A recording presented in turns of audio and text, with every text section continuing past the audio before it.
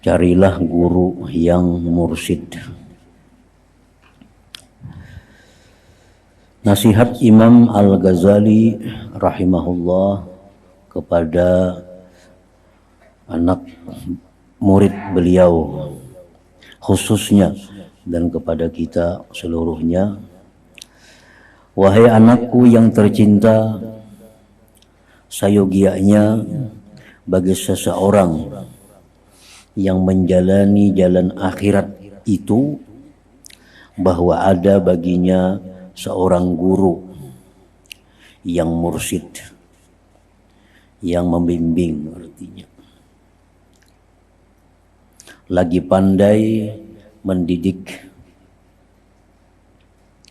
supaya guru itu dapat menghilangkan daripadanya perangai-perangai yang jahat dengan didikannya. Lalu guru itu menggantikan di tempat perangai yang jahat tadi akan akhlak yang mulia.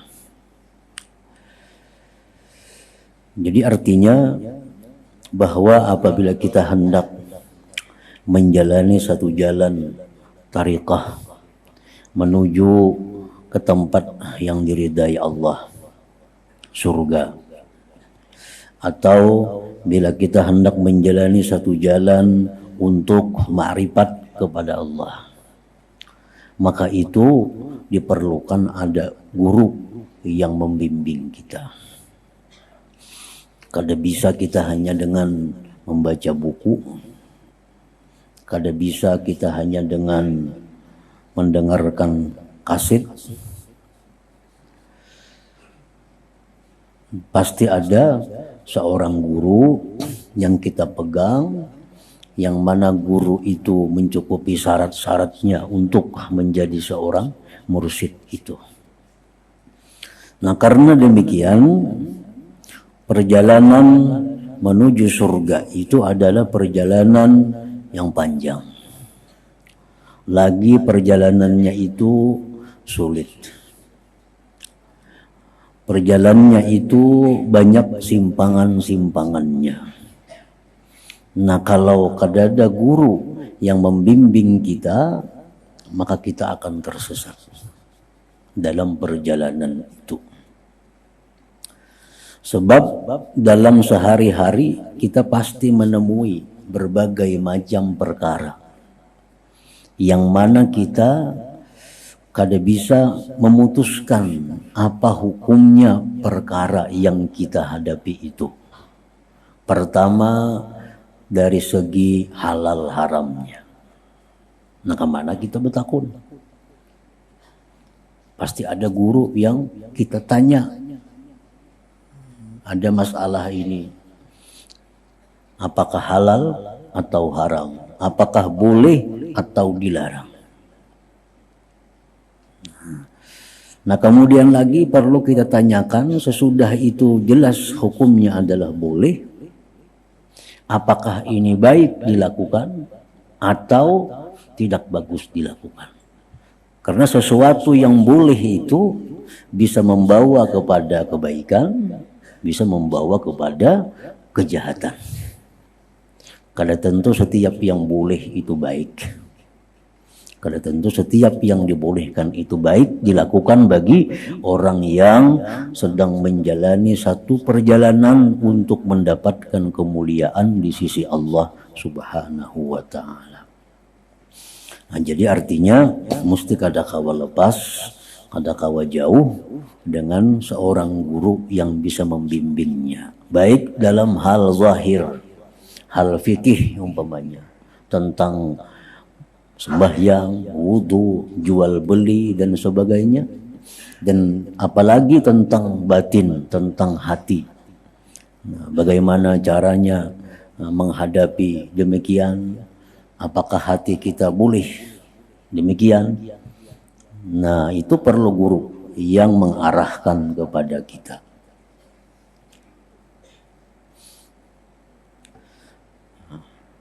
Dalam ungkapan para ulama, man la syaikha lahu fasyaitan syaikhuhu. Orang yang tidak ada punya guru, maka syaitanlah guru orang itu. Nah, kita kadang bisa memaham buku yang kita baca. Kadang-kadang kita kadang bisa jelas ceramah yang kita dengar hanya lewat media. Kita kadang paham kemana bertakun, kemana bertanya. Nah, jadi mesti ada orang yang mau kita tanyai, kita takuni apa ini hukumnya, baik kadanya.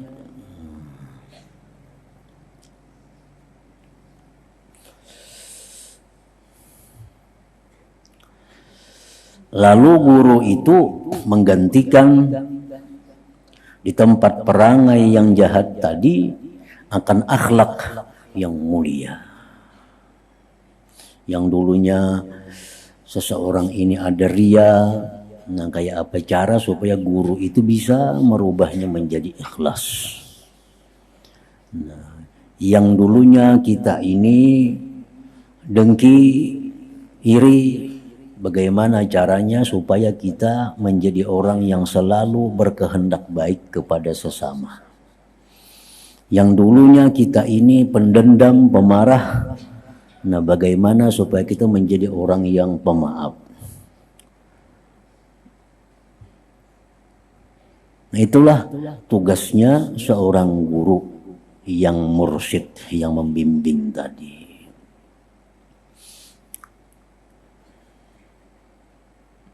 Imam Al-Ghazali mengatakan, apabila kita tidak menjumpai seorang guru yang membimbing kita, atau kita dapat cuma orang kadang mau menerima kita, ada cara lain untuk membimbing kita ke jalan ma'rifat itu, yaitu dengan cara kita mengangkat kawan. Syaratnya kawan ini jujur, kawan ini sayang dengan kita. Kita angkat inya kawan dan kita minta kepadanya agar menegur aku, agar mengingatkan aku bila mana engkau melihat aku menyimpang dari jalan yang benar. Nah, itu cara yang kedua. Kalau kita dapat seorang guru, cari kawan yang baik, cari kawan yang jujur, yang sayang dengan kita. Nah, kita minta kepadanya supaya inya membimbing kita. Artinya menunjukkan kepada kita apa-apa yang kada nyaman dilihatnya daripada kita itu. Sayyidina Umar berkata, rahimallahu mra'an ahda ilayya uyubi. Ujar Sayyidina Umar, Allah merahmati kepada orang yang menunjukkan kepadaku tentang kekuranganku, tentang kejahatanku. Nah, jadi artinya kita berdoa agar orang itu diberi rahmat oleh Allah bila orang itu mau membimbing kita, meluruskan kita yang salah. Dan dalam proses tarbiyah ini, pendidikan ini, kerja seorang guru tidak ubahnya seperti kerja seorang petani yang senantiasa membuang duri dan mencabut rumput yang tumbuh di celah-celah tanamannya. Sama. Maka dengan itu tanamannya akan hidup segar dan akan menghasilkan hasil yang sempurna. Maka sayugia semestinya bagi murid yang hendak dapat kemuliaan di sisi Allah, yang berjalan ke negeri akhirat itu, ada seorang guru yang mentakdibkannya, mengajarkan adab baginya. Mengajarkan adab baginya. Dan menunjukkan kepadanya jalan Allah Ta'ala. Nah, perkara yang baik itu kadang-kadang banyak perkara yang baik. Sedangkan kita ambil keseluruhan, kita kada mampu. Mana yang kita ambil, itu guru yang tahu. Kita kada tahu. Misalnya kita ada berisi duit 50 juta. Nah 50 juta ini hendak digunakan kepada kebaikan. Banyak. 50 juta ini bisa dibawa umrah.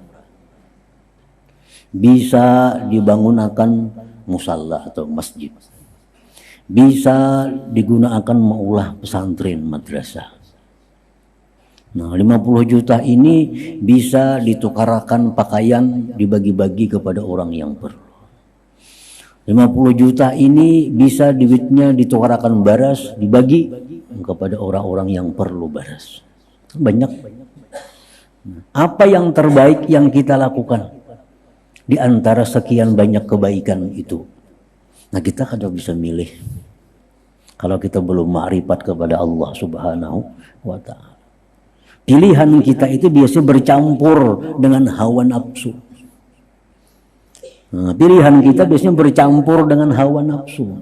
Kita ingin duit 50 juta ini kita hadiahkan, kita sumbangkan sehingga timbul kita sebagai orang yang penyumbang. Nah, barangkali kita enggan memberikan duit sekian banyak kepada orang yang memerlukan. Tapi orangnya tersembunyi. Kalau kita berikan duit kepada inya, orang kada tahu. Nah, kita mungkin enggan. Nah nafsu kita ini hendak bahwa duit itu kita beriakan, orang sealamanan tahu. Nah jadi mana sekian banyak penggunaan itu yang mesti kita ambil. Nah disitulah perlunya peran seorang guru yang mursyid itu. Supaya duit 50 juta ini bujur-bujur bermanfaat bagi kita di dunia dan hasilnya ada di akhirat. Minta arahkan. Ada duit 50 juta. Sudah diniatakan duitnya hendak disosialkan. Kampanan yang baik diunjuk. Itu mesti dirunding, jangan berunding lawan bini, luput. Bini kan tahu apa-apa. Jangan berunding lawan kawan yang jahil. Nah supaya duit 50 juta ini bermanfaat, berkembang, mesti dengan guru yang mursyid. Supaya 50 juta ini jadi 500 juta di dunia dan di akhirat jadi surga. Itu hanya guru mursyid yang tahu kemana mestinya menggunakan duit itu. Nah, amun disedekahkan kemana menyedekahkannya. Amun dibangunkan ini bangunan apa yang paling bermanfaat. Nah, jangan sampai kita itu memberikan duit sekian banyak tapi dalam hati ada bercampur dengan hawa nafsu. Nah, hawa nafsu. Namun kita bangunakan tuh kelihatan bangunannya. Untuk kalau kelihatan, kayaknya lewat tuh bangunanku. Kayaknya seminggu lewat bangunanku. Nampak kisah pulang ke orang tuh aku yang bangun itu. Nah kada jadi apa-apa, kayaknya hasilnya nih. Duit 50 juta ini kada jadi apa-apa hasilnya karena selalu diakui. Selalu diakui kelihatan barangnya. Nah coba kalau duit 50 juta kita habiskan. Kada melihat lagi kita. Nah itu lebih baik. Lebih diharapkan pahala di akhirat daripada yang demikian. Kecuali kita sudah sampai ke suatu makam ma'rifatullah. Nah sudah bersih hati kita dari hal-hal duniawi. Nah sudah tahu segala macamnya. Nah ayo aja kita kada usah lagi minta pendapat kepada guru mursyid tentang penggunaan itu. Sembahyang misalnya. Ulun guru wae umpamanya malam ni bangun sudah bila pukul 2 tuh bangun. Nah apa nang bagus ulun baca, apa nang bagus ulun gawi. Kan banyak nang bagus-bagus. Baca Quran bagus, tahajud bagus, witir bagus, berselawat bagus, la ilaha illallah banyak nang bagus. Nah apa nang bagus untuk ulun ini. Nah itu guru yang mursyid yang menunjukkannya apa yang terbaik amalan bagi dia itu. Ini mungkin orang per orang kada sama. Menurut pengetahuan si guru tentang diri si A, oh jago hitam si A ini kalau jam bangun tuh bagus sudah selawat kita. Selawat. Karena mungkin guru ini tahu bahwa orang ini kada tapi punya lawat. Suruh guru berselawat. Nah, saya kong datang sama, ulun jam 2 bangun guru saya. Ngapa nang bagus dia malakan? Guru tahu, orangnya paling kuliah sembahyang. Ya guru jam sembahyang jadi banyak dah. 20 rakaat kah, sekian mulail, 30 rakaat kah, 100 rakaat kah. Atau kita ada masih hutang-hutang qadaan, bayar qadaan. Nah itu memilih milah amaliyah yang cocok untuk kita, yang bersih dari hawa nafsu itu hanya guru yang mursyid yang tahu. Kita kada tahu. Karena samuan baca padilatnya bagus. Lagi hanya baca di buku. Baca ini padilatnya ini, baca ini itu, baca ini. Samuan bagus. Nah lalu mana amalan yang pina cucuk lawan nafsu ini nang ketujuh dibaca jadinya. Nah, jadi amalan itu kada murni lagi karena Allah, ada dorongan hawa nafsunya.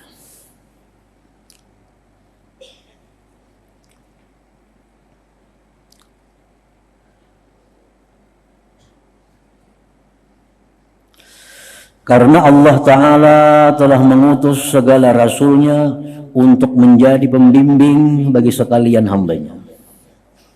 Dan apabila para rasul ini telah meninggal dunia, sudah pasti Allah Ta'ala akan menjadikan bagi mereka akan khulafa, pengganti-pengganti yang meneruskan tugas mereka untuk memberikan bimbingan ke jalan Allah Subhanahu wa Ta'ala. Nah, jadi sahabat Nabi itu datang kepada Nabi, macam-macam Nabi beri nasihat. Ada yang diberi Nabi nasihat, ikam ini ya Nabi. Ada lagi datang lawan Nabi, ulun minta nasihat, ikam je Nabi ini. Nah, Nabi ini seorang yang membimbing, sidin tahu apa yang diperlukan oleh orang. Jadi kadang memilih seorang amaliyah itu, kebaikan-kebaikan yang banyak itu.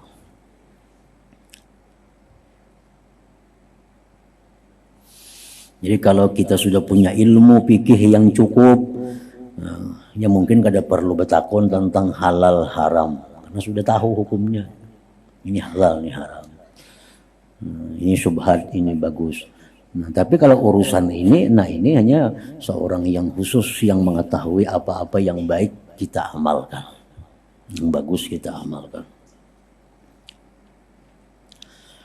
Dan sifat-sifat seorang guru yang mursyid yang layak mengganti Rasulullah sallallahu alaihi wasallam itu ialah bahwa ia seorang yang benar-benar alim. Nah, orang yang jadi guru pembimbing ini orang yang benar-benar alim, yang benar-benar bisa mencukupi apa yang diperlukan oleh muridnya. Dia alim dalam masalah tauhid, sehingga kalau muridnya ini ada kesulitan dalam menghadapi hal ihwal ilmu tauhid, nah gurunya bisa mengarahkan. Si guru ini orangnya harus alim dalam bidang fikih. Nah, sehingga kalau murid ini menjumpai perkara-perkara yang sifatnya fikih, guru bisa mengarahkan tentang ilmu fikih. Dan guru ini mesti orangnya menguasai ilmu tasawuf, ilmu suluk. Nah, karena bila muridnya ini mengalami halangan-halangan tentang masalah tasawuf, gurunya bisa menjelaskan itu. Misalnya si murid orang tuanya atau dan sanatnya meninggal dunia, banyak bisi harta. Datang lawan guru. Nah, guru, abah ulun meninggal, bertinggal harta sekian, bertinggal ini. Kayak apa cara membagi warisnya? Nah, bila guru ini kada bisa jadi ahli faraid, kada kawa jadi guru mursyid.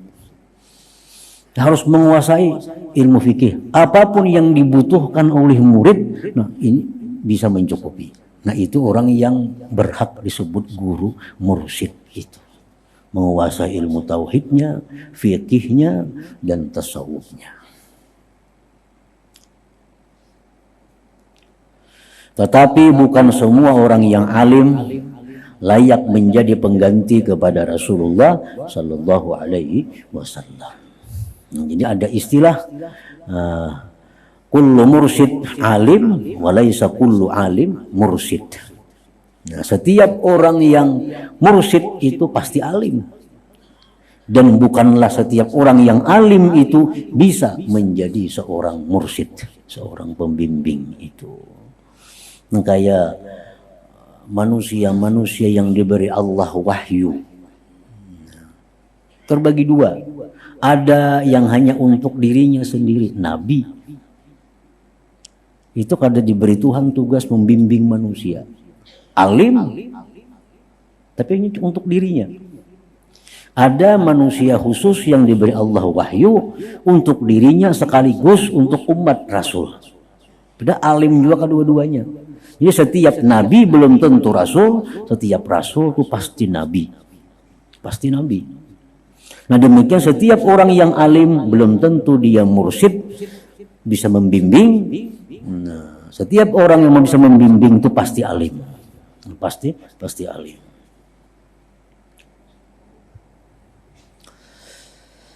Dan sekarang akan aku sebutkan, ujar Imam Ghazali, sifat-sifat guru yang mursyid secara ringkas. Supaya jangan mudah seseorang itu mengaku bahwa dirinya adalah seorang guru yang mursyid. Ada standarnya, ada ukurannya, baik secara zahir maupun secara batin, sehingga dia berhak disebut sebagai seorang mursyid, pembimbing itu. Pertama, seorang guru, sifat-sifat seorang guru yang mursyid itu ialah, pertama, seorang guru yang berpaling daripada mencintai dunia dan mencintai pangkat. Jadi seorang guru mursyid ini dia harus orang yang cinta akhirat. Kalau ingin mencintai dunia, kayak apa hendak membimbing orang supaya jangan mencintai dunia. Menjadi seorang guru yang mursyid ini adalah motivasinya adalah akhirat. Akhirat. Segala perbuatannya, tindakannya itu adalah tujuannya akhirat. Bukan untuk mengejar kekayaan atau kepangkatan duniawi ini. Nah, pertama itu. Kedua, beliau seorang guru mursyid itu telah berguru dengan gurunya yang mursyid, yang banyak mengetahui tentang segala hal.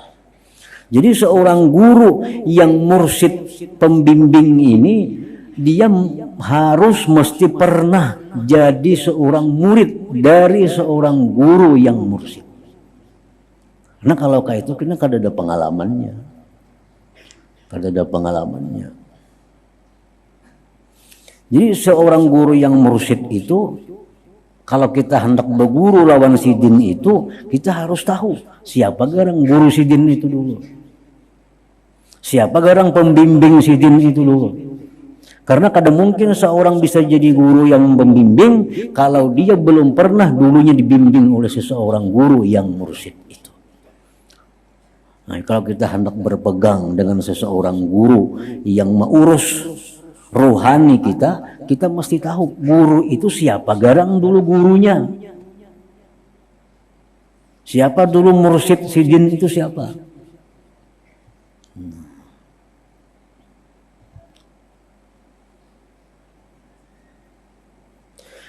Dan gurunya yang mursyid itu juga telah berguru dengan seorang guru yang mursyid sebelumnya.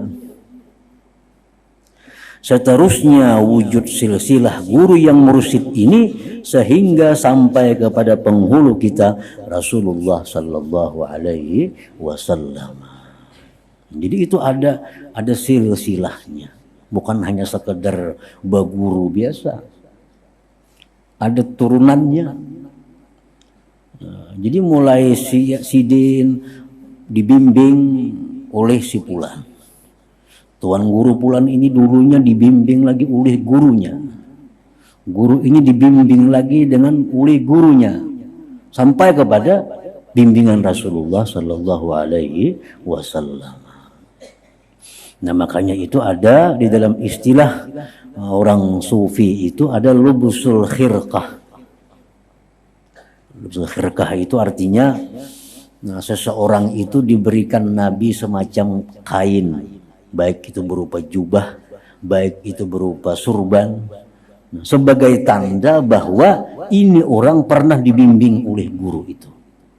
Nabi memberikan khirqah pakaian kepada Sayyidina Ali. Lalu dari sekian banyak murid bimbingan Sayyidina Ali ini, diantaranya ada Hasanul Basri. Sayyidina Ali memberikan itu khirqah tadi pulang, lain khirqah yang pertama, khirqah lain lagi, khirqah yang dipakai Sayyidina. Nang berian Nabi itu disimpan untuk seorang. Nah, lalu pakaian seorang sehari-hari ini ada yang dikasihkan dengan seorang murid, tanda bahwa ini orang adalah pernah dibimbing. Nah, lalu si murid Sayyidina Ali Hasanul Basri ini terhadap bimbingan murid-muridnya itu diberikan lagi ada khirqah lain lagi, khirqah Sidin Bulang, sebagai tanda bahwa itu adalah khirqah bimbingan.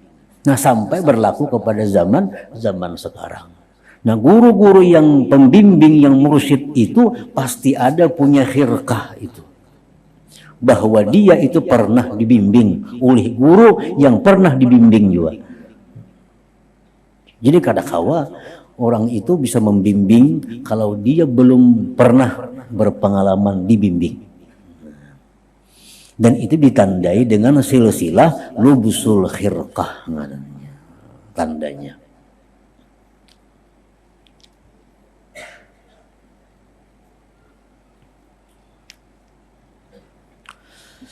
Ketiga, sifat-sifatnya seorang mursyid tadi. Jadi kita harus tahu bujur,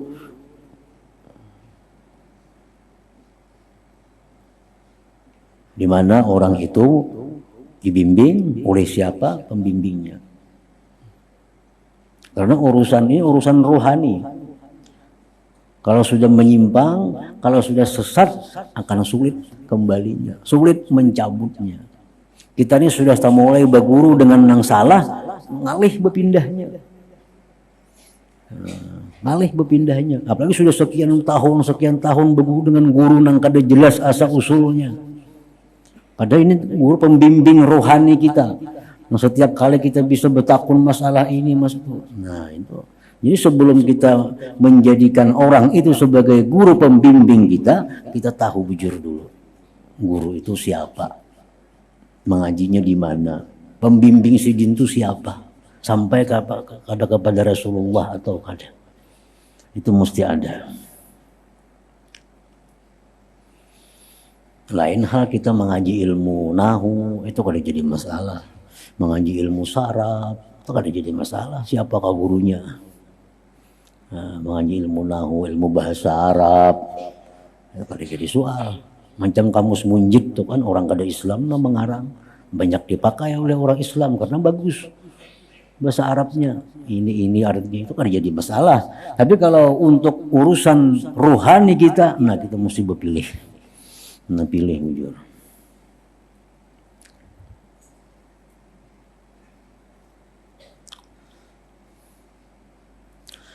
Ketiga, beliau seorang guru yang mursyid, yang pembimbing itu ialah seorang guru yang benar-benar telah berjaya dalam mendidik dirinya dengan menyedikitkan makan, sedikit bercakap-cakap, sedikit tidur, dan banyak bersembahyang, banyak bersedekah, dan juga banyak berpuasa.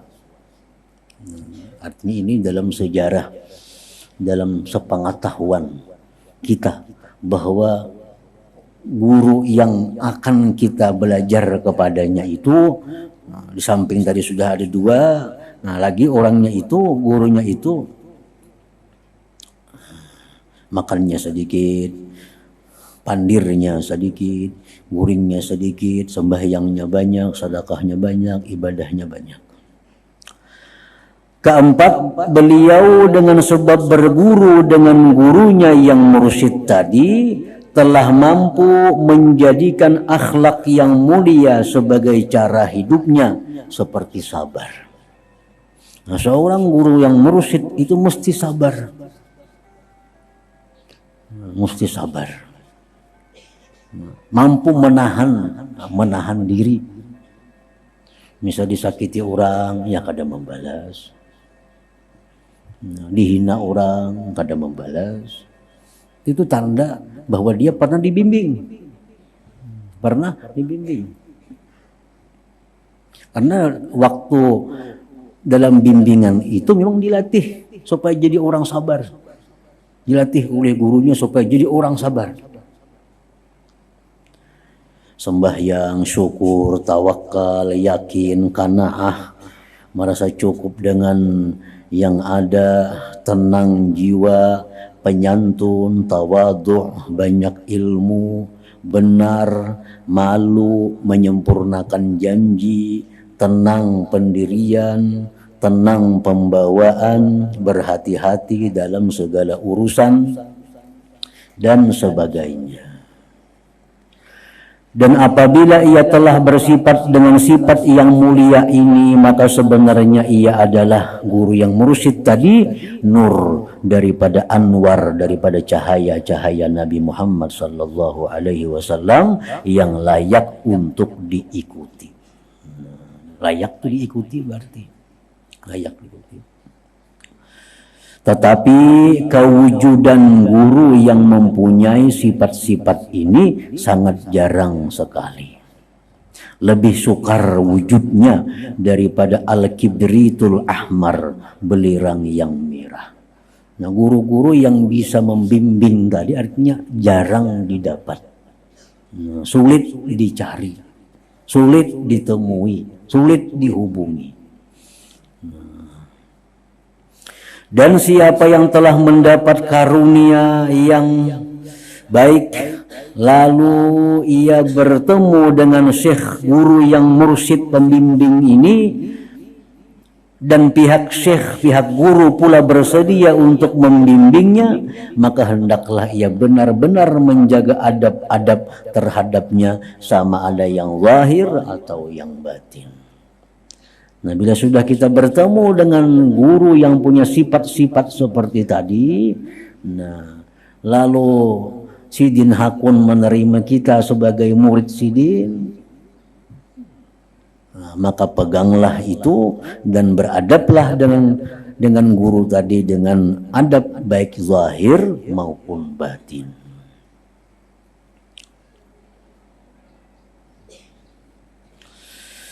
Adapun adab-adab yang zahir, yaitu pertama, kalau sudah kita dapat dengan guru tadi, Sidin Hakun mengajari kita, Sidin Hakun menerima kita, adabnya pertama bahwa ia jangan sama sekali bertengkar dengannya. Jangan mahu wali lawan guru artinya. Dan jangan pula suka berhujjah melawannya. Pada apa jua masalah, walaupun ia mengetahui salah pada zahir. Jadi kalau sudah bertemu dengan guru seperti itu, jangan sekali-kali kita mengkritik dengan guru itu. Walaupun secara zahir pengetahuan kita salah apa yang dilakukan atau dikatakan oleh guru itu. Nah, hanya ada dua cara menghadapi demikian. Kalau kita sudah dapat seorang guru yang bagus tadi, yang sudah bertitel mursyid tadi, kita diterima belajar di situ.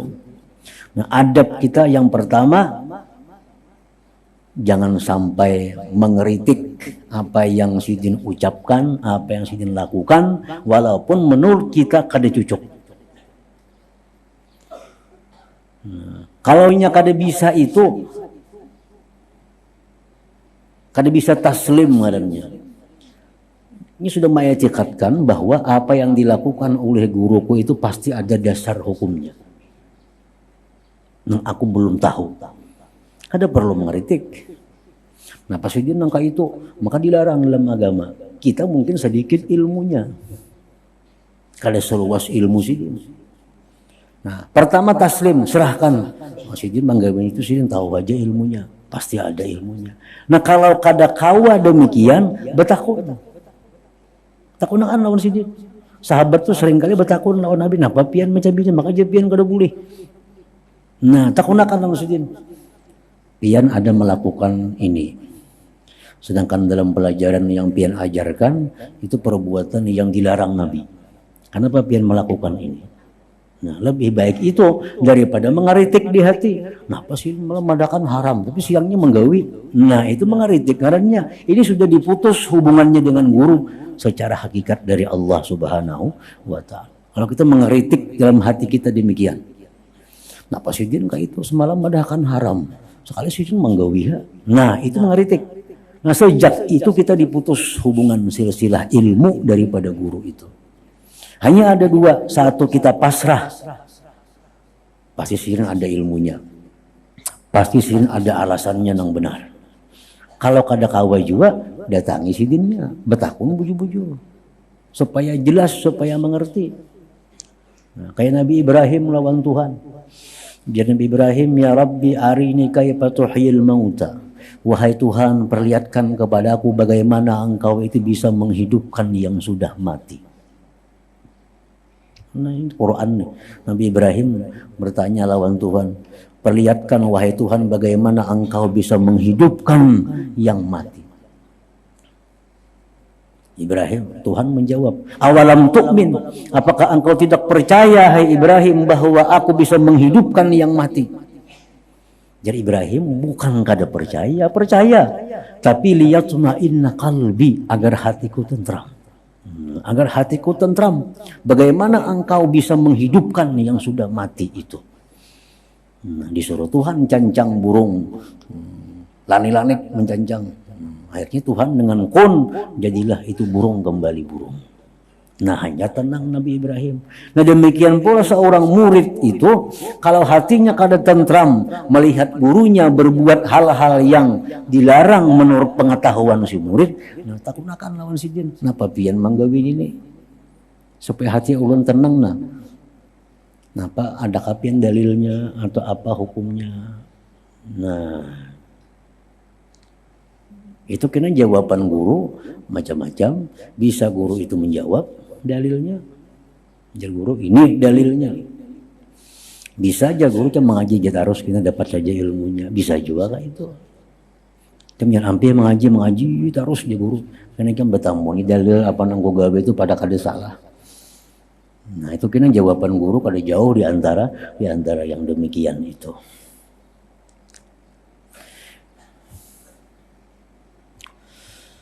Nah, kedua adabnya itu jangan ia bersegera meletakkan kain sajadah di hadapan guru kecuali pada waktu hendak menunaikan sembahyang.